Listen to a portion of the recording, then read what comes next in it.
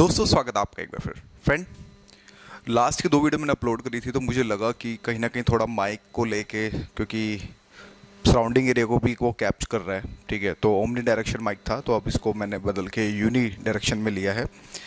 तो I hope आपको जो वॉइस क्वालिटी थोड़ी सी अब बेटर हुई होगी। क्या करें, दुनिया भर की भसड़े होती हैं, इनको भी ख़त्म करना बहुत ज़रूरी होता है। खैर, इन्फ्लेशन टॉपिक चल रहा था और आई थिंक 4-5 वीडियोस अपलोड हो गई हैं। और आज के टॉपिक में हम जो देखो, अभी तक हमने क्या देखा था, अभी तक हमने सिर्फ देखा था मुद्रास्फीति के बारे में एक डेप्थ नॉलेज देखी थी।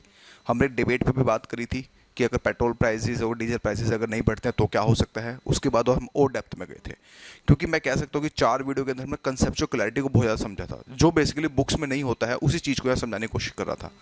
फिर उसके बाद हमने मुद्रास्फीति के प्रकार में मुद्रास्फीति के दर के आधार पर मैंने 4 तरह की दर दिखाई थी कि ऑफिशियली देखा जाए तो 4 तरह की होती है, वैसे बहुत तरह की होती है, उसको हम आगे देखेंगे। तो हमने उस पर जो है डिस्कस किया था।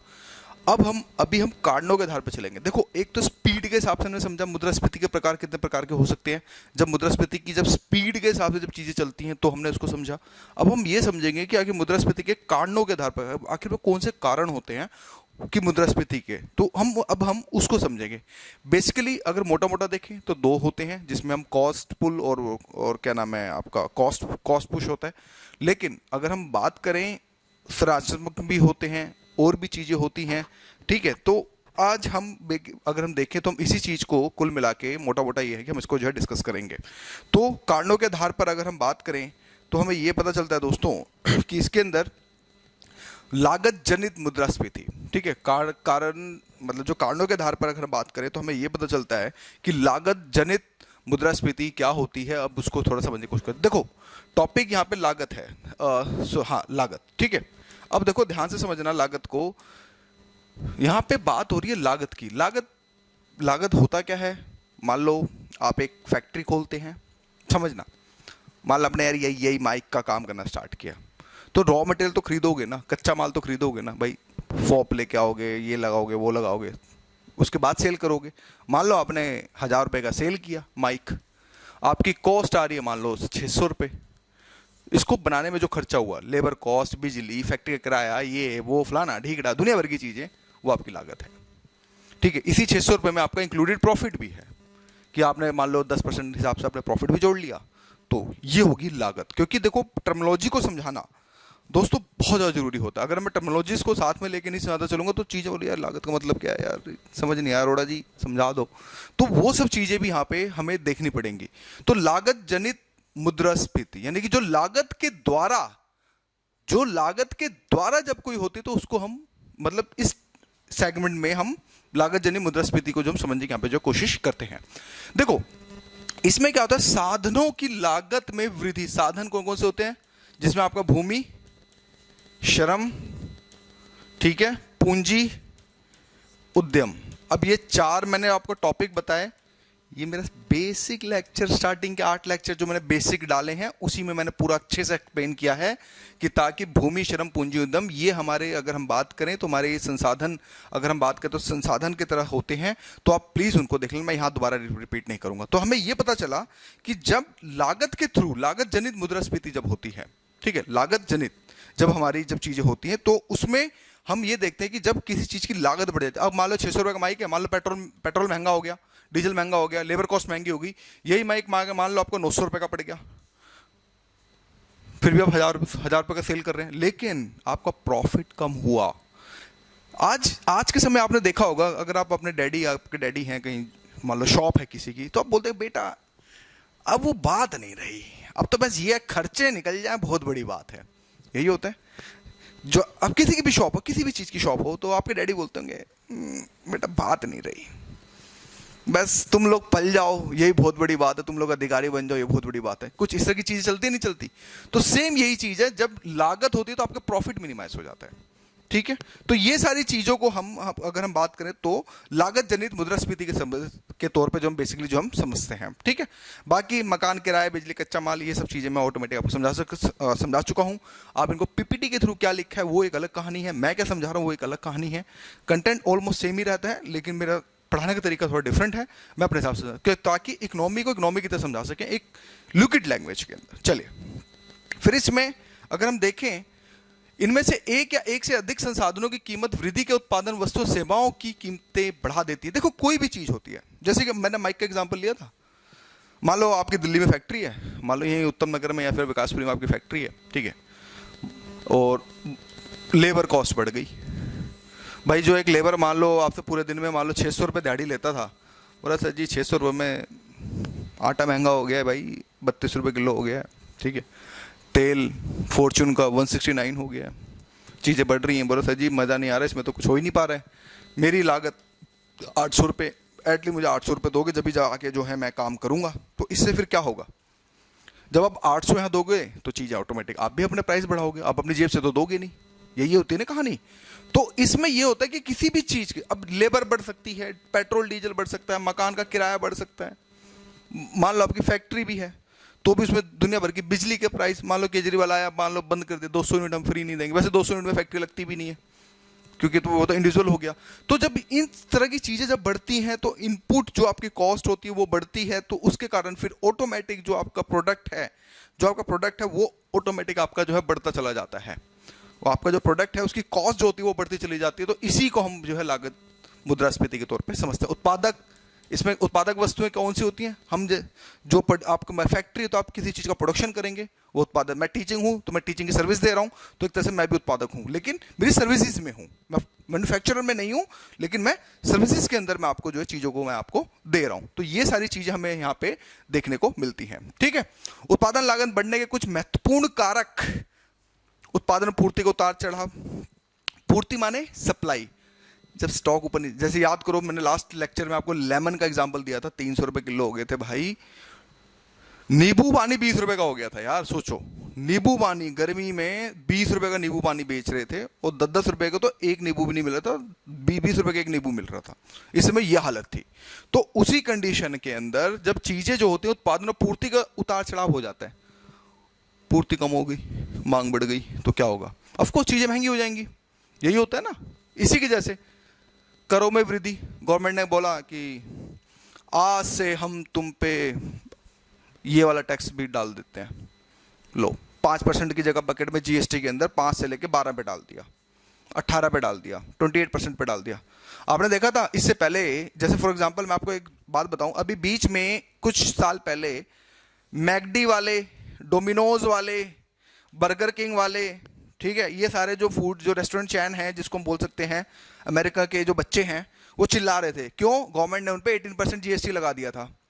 लेकिन due to the pressure group समझते हो, जब चैन बैठती है भैया मैकडोनल्ड वाले गए, मोदी जी कुछ कर दो, सस्ता कर दो, ना तो हमारे प्रोडक्ट महंगे हो जाएंगे, फिर इससे चीज़ों को अगर हम बात करें तो चीज़ें खराब होंगी, और हमारे लिए जब हो जाता जो अगर बात करें तो जो बेसिकली दिक्कत वाली हो जाएगी। तो उस कंडीशन में फिर हमें ये देखने को मिला कि मोदी जी ने 5% कर दिया, तो उससे वो हैप्पी हो गए, 5% का जीएसटी लगा। तो अगर वही 18% होता तो हमारे जो, जैसे कि आपने देखा होगा बर्गर सिंह आज के समय बड़ा फेमस हो रहा है, दिल्ली के अंदर आउटलेट्स में फेमस हो रहा है, तो उसके कारण देसी प्रोडक्ट्स अब जो कॉम्पिटिटर में आ गए, अब उन पर कॉम्पिटिशन, अगर 18% जीएसटी लगता मैकडी पे और इस पे बर्गर किंग पे, इस पे, तो हमारे देसी प्रोडक्ट्स जो होते वो इंक्रीज होते। क्यों भाई, इनके बर्गर महंगे हैं, हमारे बर्गर सस्ते हैं, सिंपल सी बात है। वो 200 रुपये का मील दे रहे हैं, हमारे वाले सिंह भाई साहब 100 रुपये का आपको जो है मील दे देंगे। तो उस कंडीशन के अंदर अगर हम बात करें, तो हमें ये पता चलता है कि इससे भी बहुत बड़ा इम्पैक्ट जो हमें जो है दोस्तों हमें देखने को मिलता है, जिसके में लागतें कीमतें जो है बढ़ जाती हैं और उससे प्रोडक्ट जो है भार भी हो जाता है, ठीक है। जैसे कि एग्जांपल एक और देखो, एक और समझो, इंपोर्टेड गाड़ियाँ, टेस्ला आना चाहती है बोलिए हम चाइना में मैन्युफैक्चरिंग करेंगे और इंडिया में सेल करेंगे। तो नितिन गडकरी जी की देखो कितनी बढ़िया बात बोलते हैं, बेटा ठीक है अगर तुम चाइना में बना रहे हो ना तो तुम्हें इंपोर्ट टैक्स 100% देना पड़ेगा। टेस्ला वाले घबरा गए, एक तो वैसी इलेक्ट्रिक गाड़ी इतनी महंगी है, आज के समय टाटा को छोड़ दें, हालांकि उनकी गाड़ी की रेंज कम है, तो इतनी महंगी है, ऊपर से 100% टैक्स पड़ेगा, तो उनकी गाड़ी कौन खरीदेगा फिर। भाई 1 करोड़ की गाड़ी कोई खर्च करेगा तो कोई इलेक्ट्रिक गाड़ी लेगा जिसकी रेंज भी ना हो। मान लो जी किसी को 500 किलोमीटर जाना हो, गाड़ी 500 किलोमीटर चल ही नहीं पा रही, तो फिर कौन करेगा, ठीक है। तो ये भी एक रीजन होता है जिसके कारण प्रोडक्ट आर या बाहर हो जाता है। तो ये भी एक रीजन हमें जो है यहाँ पे लागत के अंदर हमें जो है देखने को मिलता है। प्रशासनिक कीमतों में परिवर्तन, भाई प्रशासन ने बोला कीमतों में परिवर्तन, सब्सिडी दे दी, ये दे दी, वो दे दिया, तो उससे भी बहुत बड़ा इंपैक्ट जो है पड़ता है। अभी जैसे इलेक्ट्रिक व्हीकल पे सब्सिडी दी जा रही है, देख लेना 5 से 6 साल के बाद सब्सिडी खत्म हो जाएगी। क्यों?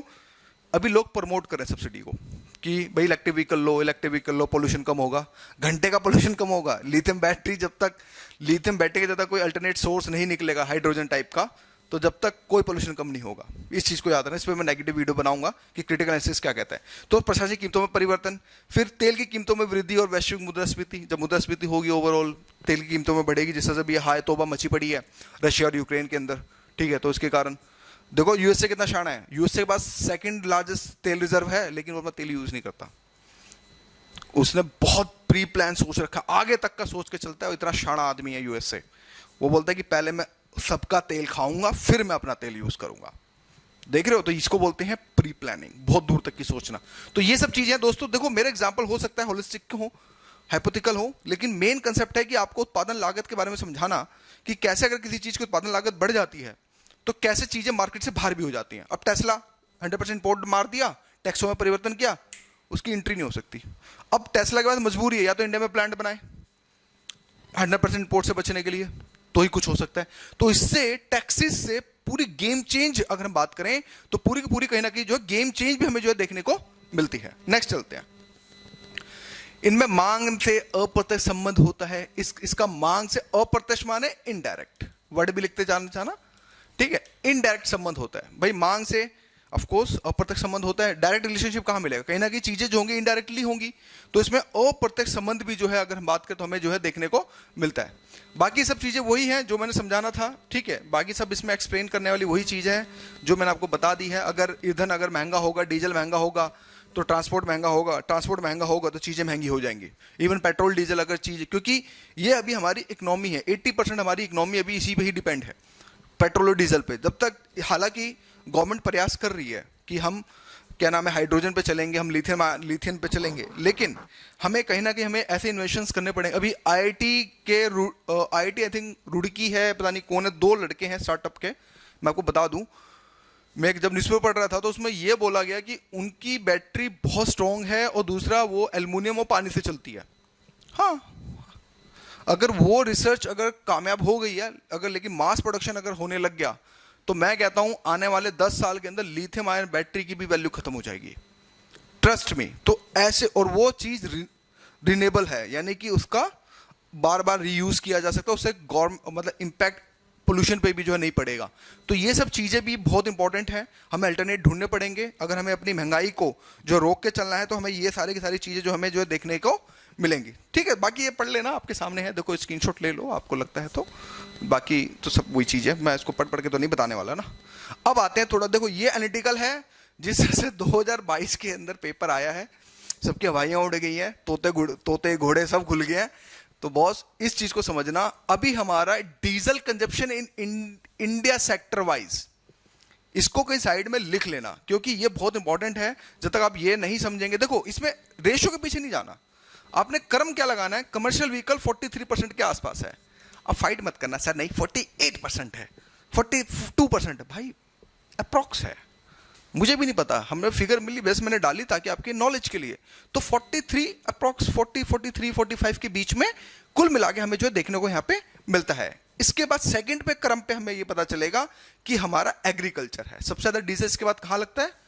एग्रीकल्चर में। ट्रैक्टर्स, डीजल जो पानी निकालते हैं नलकूप से, उसमें भी लगता है। तो एग्रीकल्चर में भी हमारा सेकंड पे है। तो अगर कहीं यूपीएससी क्रम के हिसाब से दे दे या फिर ये बोल दे कि डीजल की सबसे ज्यादा खपत एग्रीकल्चर में होती है, तो वो स्टेटमेंट गलत हो जाएगी। इस चीज को याद रखना, सबसे ज्यादा खपत जो डीजल की होती है वो कमर्शियल व्हीकल्स में होती है। प्राइवेट, सर मेरे पास तो इंडिका है, मेरे पास तो डिजायर डीजल है, तो भाई वो कमर्शियल नहीं है, आपकी प्राइवेट नंबर होगी। हाँ, कमर्शियल व्हीकल की बात करी जा रही है, जिसके अंदर कमर्शियल कोई भी गाड़ी ले लो। ट्रक्स, बेसिकली इसमें ट्रक्स और बसों के बारे में ज्यादा बात करी जा रही है, ठीक है। थर्ड की बात करें तो थर्ड में आपका जो अगर बात करें तो प्राइवेट व्हीकल्स, इंडस्ट्री 8 चौथे नंबर पे आती है, अदर्स को छोड़ दो। यानी कि जो आपका क्रम बनेगा वो बनेगा कमर्शियल व्हीकल पहले पे, दूसरे पे एग्रीकल्चर, तीसरे पे प्राइवेट व्हीकल, चौथे पे इंडस्ट्री। तो ये सब चीजें आपको ये ऑफिशियल डेटा ध्यान रखना, गवर्नमेंट का अगर हम बात करें तो ऑफिशियल डेटा हमें जो है देखने को मिलता है। फिर अभी तक हमने लागत जनी के बारे में समझा कि जब चीजें हमारे इनपुट के अंदर, मतलब जब चीजें हमारी इनपुट जब महंगी हो जाती है तो उसका आउटपुट भी महंगा निकलेगा। एक तो ये बात होगी, यानी कि वो बात जो हो रही थी, ये सारी की सारी जो बात हो रही थी दोस्तों, ये सारी की सारी बात जो हो रही थी सप्लाई साइड से हो रही थी। एक सेकेंड, हाँ, यानी कि ये बात जो हो रही थी सप्लाई साइड से हो रही थी, ठीक है, सप्लाई साइड से। यानी कि ये यहां पे आप ऐसे जूम करो कि जब एक प्रोड्यूसर यानी कि जब एक उत्पादक के साथ जब समस्याएं आती हैं, तो इस तरह की समस्या आती हैं, और जिसके कारण जब उत्पादक इस तरह की समस्या को सामना करता है तो जब मुद्रास्फीति बढ़ने लग जाती है। क्यों? उसका इनपुट लागत जब महंगी होगी, जब उसकी इनपुट लागत जब महंगी होगी तो ऑटोमेटिक उसके जो चीजें होंगी वो अप हो जाएंगी। आप मेरी बात को समझे? तो हमें यह पता चला कि जब उत्पादक का, ठीक है, जब उत्पादक का जब प्रोडक्ट इंक्रीज होगा तो ये हमें समस्या हमें देखने को मिलती है। उत्पादक में आप समझ गए होंगे, मैं इसमें ज्यादा और नहीं खोलूंगा ना, तो फिर लेक्चर बहुत लंबा हो जाएगा, मुझे कोर्स भी कंप्लीट करना है, ठीक है। मांग जनित का मतलब होता है, इसको आप एज ए उपभोक्ता की साइड से समझो। इसको आप क्या समझोगे दोस्तों? उपभोक्ता की साइड से, कि उपभोक्ता के बाद से लेके क्या क्या किस किस तरह से मुद्रास्फीति हमें जो है देखने को मिलती है। यानी कि अब हमें उपभोक्ता के साइड से कुल मिला के समझना है। और दूसरा, इसमें मांग का इंपैक्ट हमें देखने को मिलता है। वहां पे पूर्ति थी, सप्लाई थी, अब यहां पर हमें जो है मांग को लेके सबसे ज्यादा जो है देखने को समझ में आता है। तो मांग जनित मुद्रास्फीति के अंदर साधन लागत एक समान रहती है। अभी साधन लागत क्या है? प्लीज मेरी वो 8 वीडियो है स्टार्टिंग की, उसमें मैंने सारे लागतों को समझाया है डिटेल के अंदर, आप उनको देख लेना तो आपको चीजें जो ज्यादा क्लियर हो जाएंगी। जबकि उपभोक्ताओं द्वारा वस्तु की मांग में सापेक्षिक रूप से पूर्ति की अधिकता होने से विक्रेता या उत्पादक जो है कीमत बढ़ा देते हैं। जैसे किसी चीज की सडनली मांग बढ़ जाए, जब मांग बढ़ जाती है तो इतना देखो, किसी पूर्ति को एडजस्ट होने में करीब थोड़ा टाइम लगता है, तो वो जो टाइम होता है, जो गैप होता है, उसी में जब कीमतें बढ़ती है तो उसी में मुद्रास्फीति का चरण देखने को मिलता है। ऐसा तो नहीं है कि लेमन की और नींबू की जो कीमत थी 300 रुपए किलो बिका, हाँ मानते हैं कुछ 1 महीना बिका, 1.5 महीना बिका, उसके बाद बैक टू द नॉर्मल हो गया। क्यों? चीजें खुल गई, फिर चारों तरफ से नींबू नींबू आने लग गया। मान लो दिल्ली में मान लो प्राइस नींबू का महंगा हो गया 1 से 1.5 महीना आराम, जिसने बेचा उसके मजे आ गए। लेकिन ये कंसिस्टेंसी तो नहीं बरकरार रहेगी ना भाई। क्यों? हरियाणा वाले भी नींबू भेजेंगे, राजस्थान वाले भी नींबू भेजेंगे, यूपी वाले भी नींबू भेजेंगे, बिहार वाले भेजेंगे, तो नींबू नींबू नींबू नींबू मार्केट में नींबू नींबू हो गया। तो जब प्रोडक्शन ज्यादा हो गई, मांग कम हो गई, तो फिर क्या होगा? प्राइस ऑटोमेटिक डाउन हो जाएंगे। तो यही पूरी कहानी हमें यहां पे देखने को मिलती है कि इस स्थिति में मांग में जब वृद्धि हो जाती है परंतु आपूर्ति स्थिर रहती है। यानी कि इसका मतलब यह हुआ कि जब दोस्तों सप्लाई जब कुल मिला के जब स्थिर रहती है, तो इसको हम जो है इस तरह से समझने की जो है कुल मिला के जो हम कोशिश करते हैं, ठीक है। अब समझते हैं आगे, बाकी इसमें बहुत कुछ लिखा है यार, इतना थोड़ा समझाने लगेंगे हम, बाकी देख लेना। यदि अर्थव्यवस्था में मुद्रा का प्रवाह अर्थात तरलता बढ़ जाए तब उपभोक्ता के पास अधिशेष धनराशि बचती है। इसका प्रयोग ज्यादा से ज्यादा उपभोग के उद्देश्य से होता है, इससे अर्थव्यवस्था में मांग बढ़ती है। देखो भाई, इसमें वो ये कह रहा है कि मुद्रा का प्रवाह मतलब पैसे की वैल्यू, मतलब ये मैं आपको बैंकिंग में समझाऊंगा, जब इसके बाद जो नेक्स्ट टॉपिक है मुद्रा का उसमें समझाऊंगा अच्छे से। अभी से एक शॉर्टकट समझो कि अर्थात तरलता जब बढ़ जाती है, यानी कि जब चीजें ज्यादा हो जाती हैं, जब मार्केट में जब कैश फ्लो ज्यादा हो जाता है, ठीक है। आरबीआई जो होती है 2 तरह से होती है, यानी कि एक जब पैसा खींचने की कोशिश करती है तो बॉन्ड जारी करती है, जब बॉन्ड जारी करते हैं लोग उसको परचेज करते हैं, ठीक है, और वहां से मार्केट से जो है पैसा स्टक कर लेते हैं, मतलब कि आरबीआई एक तरह से पैसा उठा लेती है।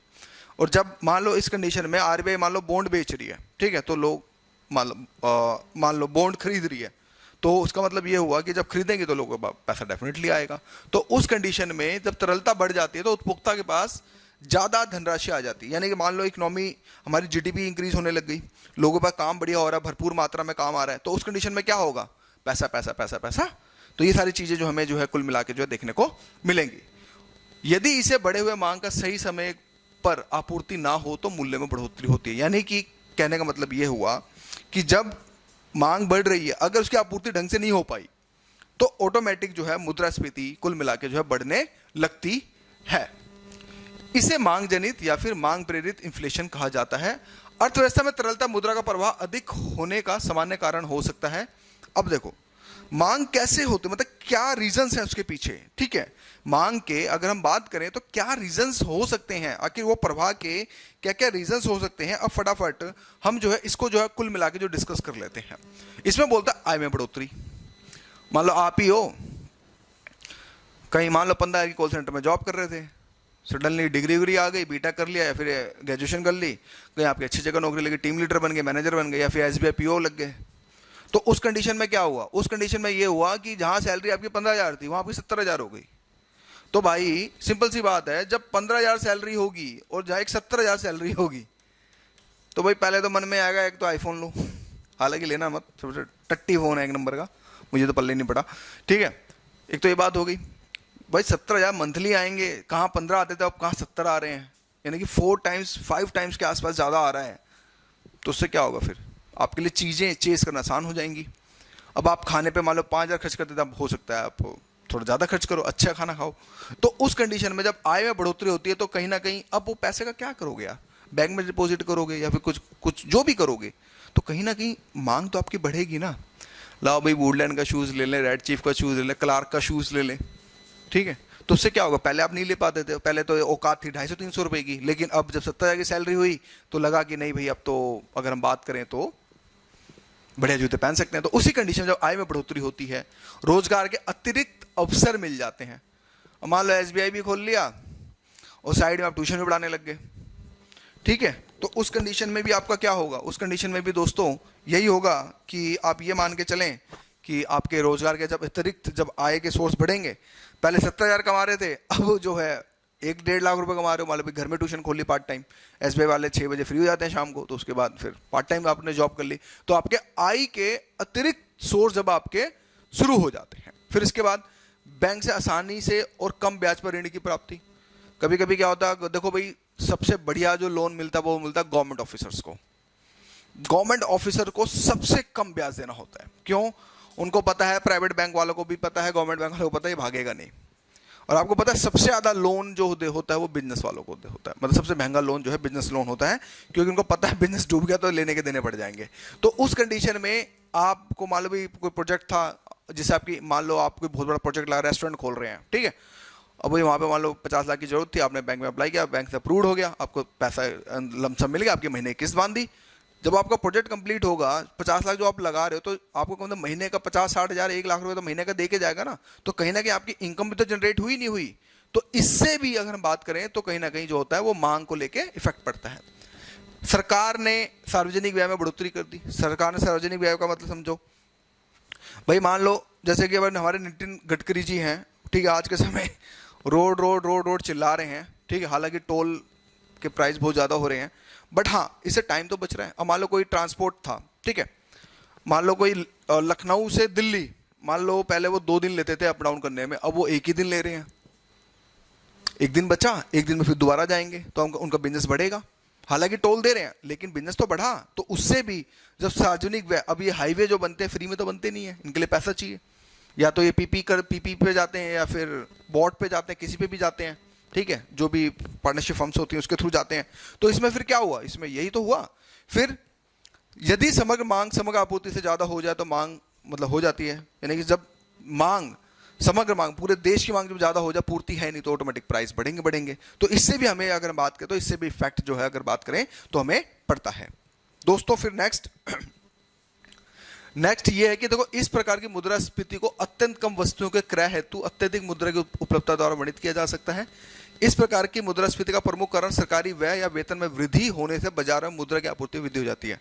बेसिकली ये देखो मांग जनित मुद्रा में जब भी होता है, क्योंकि देखो आपको पता हमारे देश के अंदर करीब 1 करोड़ के आसपास गवर्नमेंट एम्प्लॉइज हैं, 1 करोड़ के आसपास होंगे। अगर हम पूरी आर्मी, डिफेंस, पटवारी सबको ले लें, टीचर सबको ले लें, रेलवे, तो हमारे देश के अंदर ध्यान रखना गवर्नमेंट जॉब वाला 100:1 होता है, यानी कि कोई एक बंदा गवर्नमेंट जॉब वाला है, 199 लोग जो हैं प्राइवेट वाले हैं, ठीक है।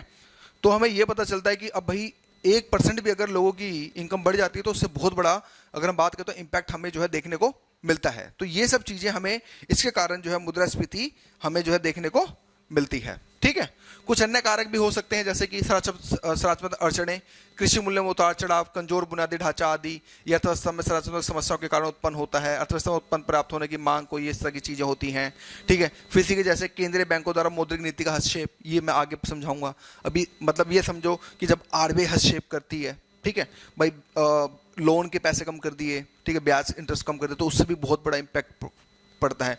आपको पता है 0.25 बेस पॉइंट अगर कम कर दें तो 30,000 करोड़ रुपए इधर से उधर हो जाते हैं इकोनॉमी के अंदर। 0.25 पॉइंट्स, 0.25 अगर कर दें तो इससे भी आपका हो जाता है। फिर सरकार द्वारा विस्तारित राजकोषीय नीति, ये हम आगे पढ़ेंगे, हालांकि इसी का टॉपिक नहीं है ये, फिर भी मैं आपको एक्सप्लेन मतलब सिचुएशन के हिसाब से मैं आपको लेके चलूं। तो आज के टॉपिक के लिए इतना ही, फिर कल फिर मिलेंगे। So thank you, best of luck.